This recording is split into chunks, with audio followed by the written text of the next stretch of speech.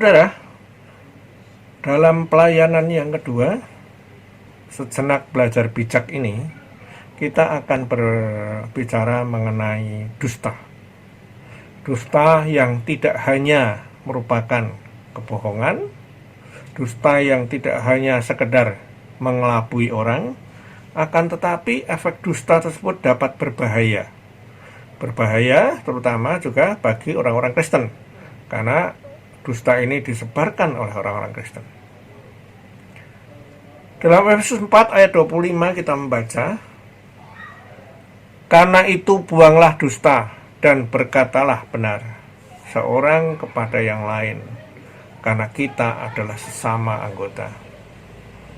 Sebagai sama orang Kristen, kita harus pasti bagaimana kita menyebarkan berita itu kepada orang lain.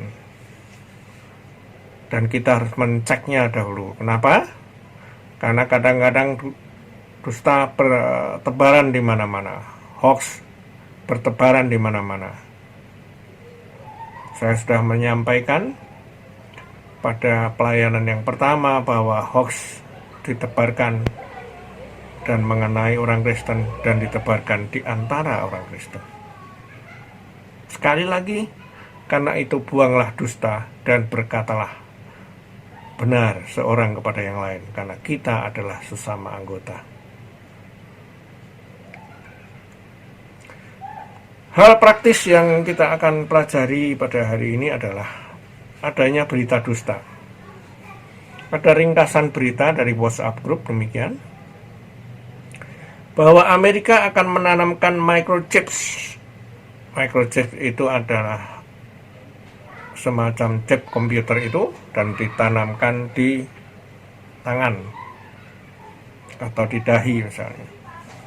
Undang-undang untuk itu sudah disetujui. Lalu microchip ini dibuat oleh korporasi 666 untuk menandai orang percaya. Akan dimasukkan ke tubuh bersama vaksinasi corona. Maka kalau divaksinasi corona, Anda tidak akan diangkat ke surga ketika Yesus datang kedua kali, karena Anda sudah ditandai oleh korporasi 666 tersebut. Nah, ini adalah sederet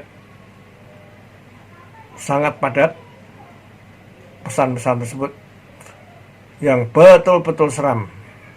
Mengatakan di situ adanya undang-undang Obamacare, lalu kemudian tanda nubuatan, bahkan di situ disebutkan Wahyu 13 ayat 15 sampai 18 yang nantinya akan saya bahas dalam pelayanan berikutnya.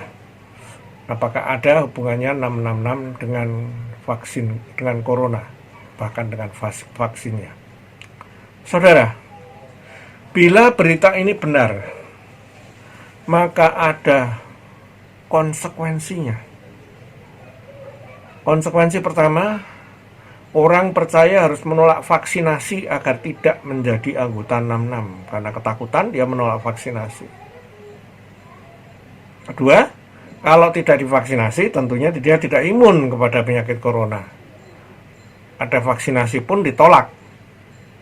Dan walaupun sudah ditemukan vaksin, maka program pemerintah akan gagal dan orang Kristen akan dituduh menjadi penyebabnya.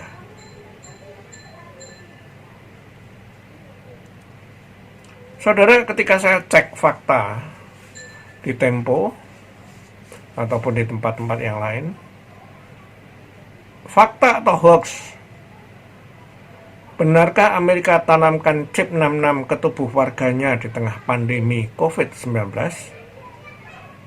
Ternyata itu keliru, saudara. Berdasarkan bukti yang ada, pernyataan itu tidak akurat. Oleh karena itu, jangan teruskan berita ini. Siapapun juga yang memulainya, apakah itu dari jaringan doa sekota, apakah itu dari pendeta, apakah itu dari orang yang sekali-kali dapat dipercaya. Kita cek dulu. Jangan sampai smartphone kita menjadi penyebar kabar-kabar dusta dan bahkan dapat berbahaya bagi orang lain. Kita harus melaksanakan program smartphone and smart people, bukan smartphone but dumb people. Karena itu saya tekankan kembali apa yang dikatakan Paulus di dalam Efesus 4 ayat 25. Karena itu buanglah dusta dan berkatalah benar seorang kepada yang lain, karena kita adalah sesama anggota. Kiranya Tuhan memberkati semua kegiatan saudara-saudara, dan sampai bertemu kembali dalam pelayanan berikutnya. Amin.